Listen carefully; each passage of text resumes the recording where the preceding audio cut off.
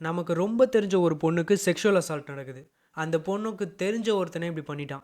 என்ன பண்றதுன்னு தெரியாம உடைஞ்சிருக்க அந்த பொண்ணுகிட்ட போலீஸ் ஸ்டேஷனுக்கு போங்கன்னு சொல்றோம். போலீஸ் ஆஃபீசர் அந்த பொண்ணுகிட்ட சொல்றாரு, "டோன்ட் வரி, நீங்க சொல்ற ஒவ்வொரு வார்த்தையும் நான் கான்ஃபிடென்ஷியலா வச்சுக்கிறேன். உங்க ஐடென்டிட்டியை யாருமே கண்டுபிடிக்க முடியாது."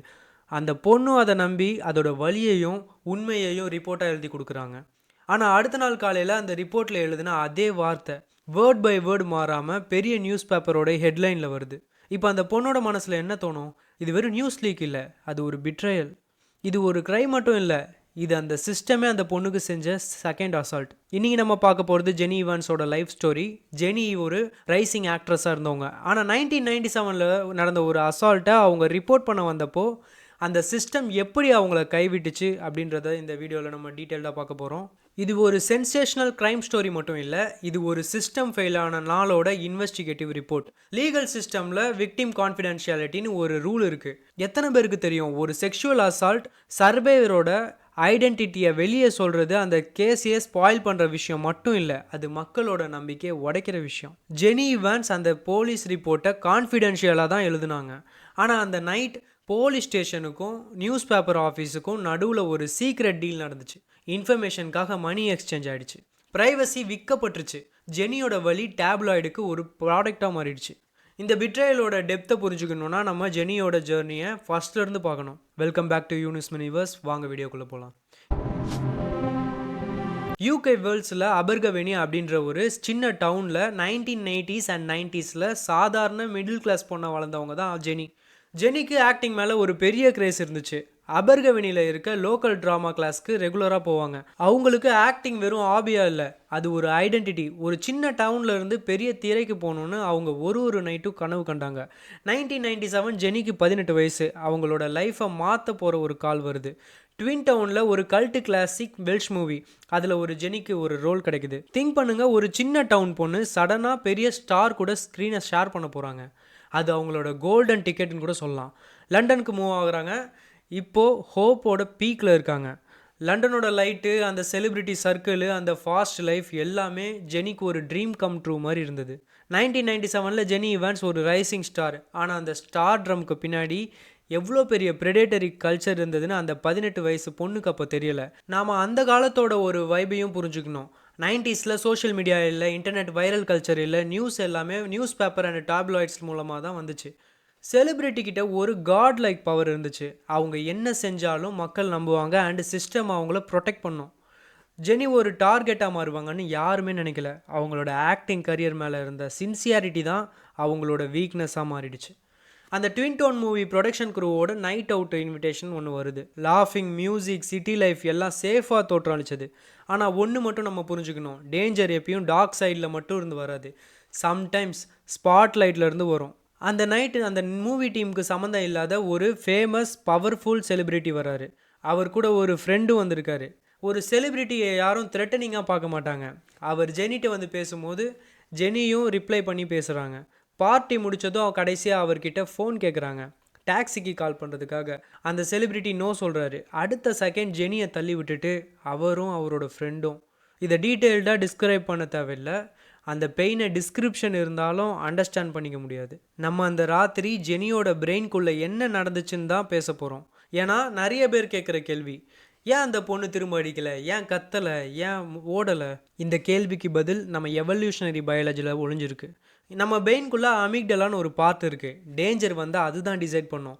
நிறைய பேருக்கு ஃபைட் ஆர் ஃப்ளைட், அதாவது சண்டை போடு இல்லை ஓடுன்னு 2 ரெஸ்பான்ஸ் தான் தெரியும். ஆனால் 3வது ஒரு ரெஸ்பான்ஸ் இருக்குது, அதுதான் ஃப்ரீஸ். ஒரு மான் சிங்கத்துக்கிட்ட மாட்டும் போது ஓடவும் முடியாமல் சண்டை போடவும் முடியாதப்போ அது அப்படியே சில மாதிரி நின்றும். இது ஒரு ஆட்டோமேட்டிக் சர்வைவல் மெக்கானிசம். ஜெனியோட பாடியும் அதை தான் பண்ணுச்சு. எக்ஸ்ட்ரீம் ஃபியர் வரும்போது பிரெயின் மசிலுக்கு போகிற கம்யூனிகேஷன் கட் ஆகிடும், பாடி பேர்லெஸ் ஆகிடும். ஸோ சர்வைவர் சைலண்ட்டாக இருந்தாலும் அது கன்சென்ட் இல்லை, அது சர்வைவல். ஒரு விஷயம் மட்டும் கிளியராக தெரியுது, அன்னைக்கு நைட் அவங்களோட கன்சென்ட், அவங்களோட பயம், அவங்களோட வாய்ஸ் எதுவுமே விஷயமா தெரியல. அவங்க 2 பேருக்கும் போர் அடிச்சிட்ட அப்புறம் அவங்க ஃப்ரெண்டு டாக்ஸிக்கு கால் பண்ணுறான். அவ்வளோதான், அவங்கக்கிட்ட எந்த அப்பாலஜியும் இல்லை, கன்சென்ட்டும் இல்லை, கில்ட்டும் இல்லை. டாக்ஸி டிரைவர் கென் வந்துட்ட அப்புறம் ஜெனியோட உறைஞ்சி போயிருக்க தோற்றத்தை பார்க்குறான். கென் நடந்ததை புரிஞ்சுக்கிட்டு, நீங்கள் ரேப் பண்ணப்பட்டிருக்கீங்கன்னு நினைக்கிறேன் அப்படின்னு சொன்னதும் அந்த வார்த்தை ஜெனிக்கு ஒரு பெரிய வலியை கொடுத்தாலும் அதுதான் அவளோட ரியாலிட்டியை உறுதி பண்ணிச்சு. ஏன்னா நிறைய சர்வைவர்ஸ் இது உண்மையாகவே நடந்துச்சா இல்லை நம்ம தப்பாக நினைக்கிறோமான்னு ஒரு கேஸ் லைட்டிங்குள்ளே போயிடுவாங்க. கென் தான் ஒரு ஆங்கராக இந்த உண்மையை சொல்லி ரியாலிட்டிக்குள்ளே கொண்டு வராரு. ஆனால் இந்த ரியாலிட்டினால் ஜெனி இன்னும் 20 வருஷம் போராடணும்னு கென்னுக்கும் தெரியல, ஜெனிக்கும் தெரியலை. அந்த கேப் டிரைவர் அப்புறம் போலீஸ் ஸ்டேஷனுக்கு போகலாமான்னு கேட்குறாரு. ஜெனி அதுக்கு எந்த பதிலும் சொல்லலை. ஜெனி அப்புறம் போலீஸ் ஸ்டேஷனுக்கே போகல. ஸ்டாட்டிஸ்டிக் என்ன சொன்னதுன்னா, ஜெனி மாதிரி around 85 to 90% survivor sexual assault உடனே ரிப்போர்ட் பண்ணுறது இல்லை. இன்னும் சொல்ல போனால் சில பேர் கடைசி வரைக்கும் அந்த சீக்ரெட்டோடு தான் வாழ்கிறாங்க. ஏன் உண்மையை தானே சொல்கிறாங்க, அப்புறம் ஏன் பயப்படணும் அப்படின்னு நிறைய பேர் அசால்ட்டாக கேட்டுருவாங்க. ஆனால் உண்மை அது இல்லை. செக்ஷுவல் அசால்ட்டை ரிப்போர்ட் பண்ணுறது தான் சர்வைவருக்கு செகண்ட் ட்ராமா. அவங்களோட பேரியர் ஷேம். நம்ம சொசைட்டியில் ஒரு செக்ஷுவல் க்ரைம் நடந்தால் அந்த அஃபண்டரை விட சர்வைவரை ஏன் அங்கே போனேன், ஏன் அந்த ட்ரெஸ்ஸை போட்டேன், ஏன் குடிச்ச அப்படின்னு விக்டிம் ப்ளேம் பண்ணுற கல்ச்சர் தான் அதிகம். ஜெனி இவான்ஸும் இதுக்கு தான் பயந்தாங்க. ஒரு ரைசிங் ஆக்ட்ரஸாக இருக்கும்போது இது வெளில வந்தால் அவங்களோட கெரியர் என்ன ஆகும், அவங்களோட ஃபேமிலி ரியாக்ஷன் எப்படி இருக்கும். ரெண்டாவது பெரிய பேரியர் என்ன தெரியுமா, அந்த போலீஸ் ப்ரொசீஜர். போலீஸ் ஸ்டேஷனில் ரிப்போர்ட் பண்ணுறது வெறும் கம்ப்ளைண்ட் எழுதுகிற விஷயம் இல்லை. அதில் வர அந்த இன்ட்ரூசிவ் கொஸ்டின், அந்த மெடிக்கல் எக்ஸாமினேஷன், சஸ்பீஷியஸ் லுக், இது எல்லாம் சர்வைவரை திரும்ப திரும்ப அந்த ராத்திரிக்கு கூப்பிட்டு போகும். இந்த ப்ராசஸ்க்கு பயந்தே நிறைய பேர் ரிப்போர்ட் பண்ண மாட்டாங்க. ஜெனியோட கேஸில் அவளோட சைலன்ஸை வச்சே அவங்கள தப்பாக நிறைய பேர் நினச்சாங்க. ஆனால் அவங்களுக்கு அப்போ தேவைப்பட்டது ஜஸ்டிஸ் இல்லை, சர்வைவல். ஒரு ஃப்ரெண்டுக்கு லெட்டர் எழுதுகிறாங்க, ஃபேமிலி கிட்ட மெதுவாக சொல்ல ஆரம்பிக்கிறாங்க. ஆனால் லீகல் பாத்துக்கு போக அவங்களுக்கு அந்த நேரத்தில் ஸ்ட்ரென்த் இல்லை. ட்ரௌமாவில் இருக்க ஒரு பிரெயின்குள்ளே லாஜிக் ஒர்க் ஆகாது, சேஃப்டி மட்டும்தான் ஒர்க் ஆகும். ஜெனி மெல்ல மெல்ல தன்னை எல்லார்கிட்ட இருந்தும் ஐசோலேட் பண்ண ஆரம்பித்தாங்க. ஃப்ரெண்ட்ஸுக்கிட்ட இருந்து, கரியர்லேருந்து விலக ஆரம்பித்தாங்க. இது ஒரு typical defence mechanism. If I don't talk about it, maybe it didn't happen. இந்த டெனியலில் தான் ஜெனி அவங்களோட அடுத்த சில வருஷங்களை கழிக்கிறாங்க. ஆனால் உண்மையை எப்பயுமே புதைக்க முடியாது. அது ஏதோ ஒரு ரூபத்தில் ஏதோ ஒரு நியூஸ் ஹெட்லைன் மூலயமா திரும்ப வந்து நிற்கும். ஜெனிக்கும் அந்த மூமெண்ட் நடந்துச்சு. லைஃப்பில் சில நேரம் உங்கள் வலியை மறக்க வைக்கணுன்னா நேச்சர் உங்கள் மேலே இன்னொரு வலியை தூக்கி வைக்கும். ஜெனி அந்த அசால்ட்டோட ட்ரௌமாலேருந்து மெல்ல மெல்ல தன்னை ஐசோலேட் பண்ணிட்டு இருந்த டைமில் அவங்களோட லைஃப்பில் ஒரு பெரிய இடி உழுது. ஜெனியோட பிரதர் இறந்து போகிறாரு. அவருக்கு வயசு வெறும் 24 தான். ட்ரௌமா மேலே ட்ரௌமா. ஒரு பக்கம் செக்ஷுவல் அசால்ட்னால் வந்த சீக்ரெட் பெயின், இன்னொரு பக்கம் கூட பிறந்த தம்பியை இழந்த பப்ளிக் கிரீஃப். ஜெனியோட லைஃப் அந்த பாயிண்டில் ஒரு டார்க் ஹோல்குள்ளே போயிடுச்சு. ஆனால் இங்கே தான் ஒரு ஸ்ட்ரேஞ்சான விஷயம் நடக்குது. சில நேரம் கிரீஃப் நம்மளை செத்து போக வச்சிடும். ஆனால் ஜெனிக்கு அது ஐ மஸ்ட் லீவ் அப்படின்னு ஒரு உறுதியை கொடுத்துச்சு. 23 வயசில் ஜெனி ஒரு முடிவு எடுக்கிறாங்க. என் தம்பி லைஃப் முடிஞ்சுது, ஆனால் நான் இன்னும் உயிரோடு தானே இருக்கேன். என் லைஃப்பை ஏன் இப்படி ஒரு பயத்தில் வேஸ்ட் பண்ணணும். ஜெனி திரும்ப லண்டனுக்கு போகிறாங்க. Central school of speech and ட்ராமாவில் ஜாயின் பண்ணுறாங்க. டான்ஸிங், ஆக்டிங், எக்ஸ்ப்ரெஷன் இதெல்லாம் அவங்களுக்கு வெறும் ஆர்ட் இல்லை, இது அவங்களோட ஹீலிங் ப்ராசஸ். ஒரு சர்வைவருக்கு தன்னை திரும்ப ஒரு பர்சனாக ஃபீல் பண்ண வைக்கிறது தான் அடுத்த பெரிய சேலஞ்ச். செக்ஷுவல் வயலன்ஸ் உங்கள் பாடி அனாட்டமியை உடச்சிடும். ஆனால் டான்ஸ் மூலமாக, ஃபிசிக்கல் மூமெண்ட் மூலயமா ஜெனி அவங்க திரும்ப பாடியை ஓன் பண்ண ஆரம்பித்தாங்க. பாடி மேலே அந்த வெறுப்பு மெல்ல மெல்ல கரைய ஆரம்பிச்சது. ஜெனி ஈவன்ஸ் திரும்ப வராங்க. ஆனால் நான் சொன்ன மாதிரி இந்த செகண்ட் சான்ஸையும் உடைக்க ஒரு பெரிய மீடியா மான்ஸ்டர் காத்துட்டு இருந்துச்சு. லைஃப்பில் நம்ம எல்லாத்தையும் மறந்துட்டோன்னு நினைக்கும் போது தான் நம்ம பாஸ்ட் திரும்ப வந்து நிற்கும். 2000 ஆரம்பம். ஜெனி இப்போது central school of speech and ட்ராமாவில் ஒரு ஸ்டூடெண்ட். ஒரு நைட் அவங்க ஃப்ரெண்ட்ஸோட ஸ்டூடெண்ட்ஸ் பாரில் டான்ஸ் பண்ணிகிட்ருக்காங்க. சடனாக ஒரு ஃப்ரெண்ட் அந்த பாருக்கு வந்த அப்புறம் அந்த சன் நியூஸ் பேப்பரோட லேட் எடிஷனை தூக்கி டேபிளில் போடுறாரு. அந்த ஹெட்லைனை பார்த்ததும் ஜெனியோட உலகம் அப்படியே ஃப்ரீஸ் ஆயிடுச்சு. அந்த ஃபேமஸ் செலிப்ரிட்டி அரெஸ்ட் ஆயிடுறாரு. அவர் மேலே நிறைய உமன் செக்ஷுவல் அசால்ட் கம்ப்ளைண்ட் கொடுத்துருக்காங்க. அந்த ராத்திரி அந்த பாரோட சத்தம் ஜெனிக்கு கேட்கல. அவளோட பிரெயினில் அந்த 1997 நைட்டோட ஃப்ளாஷ்பேக் ஓட ஆரம்பிச்சிருச்சு. ஆனால் இந்த முறை பயத்தை விட பெரிய ரியலைசேஷன் அவங்களுக்கு வந்துருச்சு. நான் இத்தனை வருஷம் என்னென்னு திட்டிகிட்டு இருந்தேன், நான் தான் ஏதோ தப்பான சுச்சுவேஷனில் மாட்டிக்கிட்டேன்னு. ஆனால் இப்போ தான் புரியுது, தப்பு என் மேலே இல்லை, அந்த ஆள் மேலே. He is a serial predator. இந்த ரியலைசேஷன் ஜெனிக்கு ஒரு கேள்வி எழுப்புது. இது அவங்களுக்கு நடக்கும்போதே போலீஸில் கம்ப்ளைண்ட் பண்ணியிருந்தா அப்போவே அரெஸ்ட் பண்ணியிருப்பாங்களே. அப்படி பண்ணியிருந்தா இத்தனை பெண்களோட வாழ்க்கை கேள்விக்குறி ஆயிருக்காதுன்னு ஒரு கில்ட்டுனால இனிமேல் சைலண்ட்டாக இருக்கக்கூடாது அப்படின்னு போலீஸ் ஸ்டேஷனுக்கு போகிறாங்க. ஜெனி போலீஸை நம்பி கான்ஃபிடென்ஷியலாக ரிப்போர்ட் கொடுத்து 4 நாள் தான் ஆகுது. ஜெனியோட பாய் ஃப்ரெண்ட் காலையில் நியூஸ் பேப்பர் படிச்சுட்டு இருக்கும்போது சடனாக ஷாக் ஆகுறாரு. அவர் கேட்குறாரு, ஜெனி இதில் 2 பேர் ஒன்று அசால்ட் பண்ணதாக போட்டிருக்கு, ஏன் என்கிட்ட இது சொல்லலை அப்படின்னு கேட்குறாரு. ஜெனிக்கு தலையை சுற்றிருச்சு. ஏன்னா அந்த போலீஸ் ரிப்போர்ட்டில் ஜெனி 2 பேர்னு மென்ஷன் பண்ணியிருந்த விஷயம் பாய் ஃப்ரெண்டு கிட்ட கூட சொல்லாத ஒரு சீக்ரெட். அது எப்படி நியூஸ் பேப்பருக்கு தெரிஞ்சது? ஜெனி அந்த பேப்பரை வாங்கி படிக்கிறா. அதில் இருக்க ஒவ்வொரு வார்த்தையும் அவள் போலீஸ் ஸ்டேஷனில் கான்ஃபிடென்ஷியலாக எழுதுன ரிப்போர்ட்.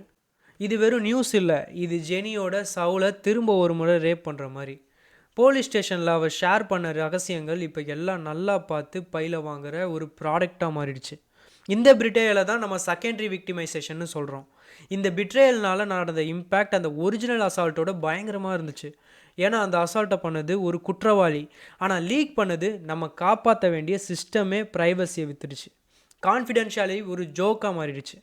இந்த செக்மெண்ட்டில் மீடியா எத்திக்ஸை பற்றி பேசணும், ஆனால் நியூஸ் பேப்பருக்கு ஹெட்லைன் வேணும்னு ஒரு சர்வைவரோட லைஃப் அழிக்கணும்னு என்ன அவசியம்? போலீஸ்க்கு மணி வேணும், ஆனால் அது ஒரு பொண்ணோட உண்மையை விற்று தான் வரணுமா? இந்த police press nexus 1990s and 2000 இங்கிலாண்டில் ஒரு பெரிய பிளாக் ஹோலாக இருந்துச்சு. இந்த லீக் தான் ஜெனியை ஒரு ஜேர்னலிஸ்ட்டாக மாற்றுச்சு. ஜெனிக்கு அந்த பிட்ரேயல் தெரிஞ்ச உடனே அவங்க சும்மா இல்லை, அவங்க ரிப்போர்ட்டை லீக் பண்ண விஷயத்த கேஸ் டிடெக்டிவ் கிட்ட கேள்வி கேட்டாங்க. நீங்கள் என்ன நினைக்கிறீங்க? அந்த டிடெக்டிவ், ஐ ஆம் சாரி, நம்ம டிபார்ட்மெண்ட்டில் யாரோ தப்பு பண்ணிட்டாங்க, நான் ஆக்ஷன் எடுக்கிறேன்னு சொன்னார்னு நினைக்கிறீங்களா? அவர் சிம்பிளாக சொன்னார், I will come back to you. 1 வருஷம் ஆச்சு, 2 வருஷம் ஆச்சு, அவர் திரும்ப வரவே இல்லை. இதுதான் சிஸ்டம் கொடுக்குற சைலன்ஸ். கேள்வி கேட்டால் பதில் சொல்லாமல் மக்களை காக்க வைக்கிற ஒரு மௌனமான தண்டனை. ஏன் அந்த டிடெக்டிவ் திரும்ப வரலனா, ஜெனியோட கேஸை சரியாக இன்வெஸ்டிகேட் பண்ணால் அது அந்த டேப்லாய்ட் ப்ரெஸ்ஸோட இல்லீகல் ப்ராக்டிஸை எக்ஸ்போஸ் பண்ணிடும். இன்னொரு காரணம், செலிப்ரிட்டியோட இன்ஃப்ளூயன்ஸும் இருக்குது. அதனால ஜெனியால் இவ்வளோ பெரிய பவர் எதிர்த்து போராட முடியல. ஜெனிக்கு ஒரு விஷயம் மட்டும் புரியுது, அவளை அசால்ட் பண்ண செலிப்ரிட்டியை விட இந்த சிஸ்டம் இன்னும் பயங்கரமான ஒரு ப்ரெடேட்டர். இவங்களை எக்ஸ்போஸ் பண்ண சிஸ்டம்குள்ளே போய் தான் போராடணும்னு ஜெனி திரும்ப அவங்க லைஃப்பில் நியூ டைரக்ஷனுக்கு திரும்புகிறாங்க. அதுதான் ஜேர்னலிசம். ஜேர்னலிசமில் இருக்கும்போது ஜெனிக்கு ஒரு டாஸ்க் வருது. டேப்லாய்ட்ஸில் இருக்க சைலண்ட் மாஃபியாவோட மெத்தட்ஸை வெளில கொண்டு வரணும். யோசிச்சு பாருங்கள், அதே 10 வருஷத்துக்கு முன்னாடி அவங்களோட எழுதின கான்ஃபிடென்ஷியல் ரிப்போர்ட்டை லீக் பண்ணது அதே சைலண்ட் மாஃபியா ஆஃப் டேப்லாய்ட்ஸ் தான். ஆனால் அவங்கள எதிர்த்து இப்போது அவங்க ஒரு ஜேர்னலிஸ்டாக நிற்கிறாங்க. இதுதான் ultimate power shift. If you control the narrative, you control the truth. ஜெனியோட நரேஷன்னால் டேப்லாய்ட்ஸ் மாஃபியாவோட டார்க் ஆர்ட்ஸ் உலகத்துக்கு தெரிஞ்சிச்சு. இங்கே கோர்ட்டு மாதிரி விக்டிமையாக அக்யூஸ் பண்ணுறதுக்கு அட்வொகேட்டும் இல்லை. சரி, இப்போது ஜெனிக்கு நீதி கிடச்சதா அப்படின்னு கேட்டால், மெட்ரோபாலிட்டியன் போலீஸ் அவங்களுக்கு ஒரு மன்னிப்பு கடிதம் எழுதுனாங்க. அது மட்டும் இல்லாமல் பல லட்சம் செட்டில்மெண்ட் அமௌண்ட் கொடுத்தாங்க. ஆனால் இங்கே தான் ஜெனி ஒரு பெரிய உண்மையை நம்ம முகத்தில் அடித்த மாதிரி சொன்னாங்க. Justice is not compensation. Jenny இவான்ஸ்க்கு இப்போது 40 வயசு ஆகுது. அவங்களோட ஒரிஜினல் செக்ஷுவல் அசால்ட் கேஸும் கொலாப்ஸ் ஆகிடுச்சு. அவங்களோட ரிப்போர்ட் லீக் பண்ணின போலீஸ் ஆஃபீஸரும் கண்டுபிடிக்கப்படல. ஆனால் ஜெனியோட போராட்டம் வேறு மாதிரி திரும்பிடுச்சு. அவங்க நம்புறது ஜஸ்டிஸுன்றது கோர்ட்டில் கிடைக்கிற ஒரு தீர்ப்பு மட்டும் கிடையாது, அது உண்மையை நம்ம கண்ட்ரோலில் எடுத்துக்கிறது. இந்த ஸ்டோரி 1997 ஆரம்பித்து 2011 நியூஸ் ஆஃப் வேர்ல்டு ஷட் டவுனில் முடிஞ்சிருச்சு. ஆனால் இன்றைக்கி ஏன் நம்ம இதை பற்றி பேசுகிறோம்? இன்றைக்கி நாம் வாழ்கிற டிஜிட்டல் வேர்ல்டில் ப்ரைவசின்னு சொல்கிறது ஒரு மித்தாக மாறிடுச்சு. 1997 ஜெனியோட ரிப்போர்ட்டை விற்க ஒரு போலீஸ் ஆஃபீஸர் அண்ட் ஒரு ஜேர்னலிஸ்ட்டோட சதி இருக்கலாம். ஆனால் இன்றைக்கி ஒரு சின்ன கிளிக்கு டேட்டா பேஸ் ஹேக் ஆகிடும், இல்லை ஒரு வைரல் போஸ்ட்டு, உங்கள் கான்ஃபிடென்ஷியாலிட்டி ஒரு செகண்டில் சாம்பல் ஆகிடும். ஜெனியோட போராட்டம் இந்த டேட்டா டிரைவன் உலகத்துக்கு ஒரு பெரிய லெசன். சிஸ்டம் இன்னும் மொத்தமாக மாறல. போலீஸ் கரப்ஷன் இன்னும் இருக்குது, மீடியா சென்சேஷனலிசம் இன்னும் இருக்குது. ஆனால் ஜெனி இவான்ஸ் நம்ம எல்லாருக்கும் ஒரு ப்ளூ பிரிண்ட் கொடுத்துருக்காங்க. When the system fails you, don't just say a victim. Learn the system, ask the question and take the power back. Jenny Evans இப்போ சொன்ன வார்த்தை ரொம்ப முக்கியம். There is a real power in learning how to ask question, especially women. உங்ககிட்ட இருக்க ஒரு பெரிய weapon knowledge. Jenny ஒரு ஆக்ட்ரஸாக தோத்துட்டாங்க, ஆனால் ஒரு ஜேர்னலிஸ்ட்டாக ஜெயிச்சிட்டாங்க. ஏன்னா அவங்க கொஸ்டின் கேட்க ஆரம்பிச்சிட்டாங்க. ஜஸ்டிஸ் கோர்ட்டில் கிடைக்கலனாலும் உங்கள் வாய்ஸில் கிடைக்கணும். ஜெனி ஒரு ஆக்ட்ரஸாக தோத்துட்டாங்க, ஆனால் ஜேர்னலிஸ்ட்டாக ஜெயிச்சிட்டாங்க. ஏன்னா அவங்க கொஸ்டின் கேட்க ஆரம்பித்தாங்க. ஜஸ்டிஸ் கோர்ட்டில் கிடைக்கலனாலும் உங்கள் வாய்ஸில் கிடைக்கணும். தேங்க்யூ ஃபார் வாட்சிங் திஸ் வீடியோ. அடுத்த வீடியோவில் பார்க்கலாம். Take care. பை.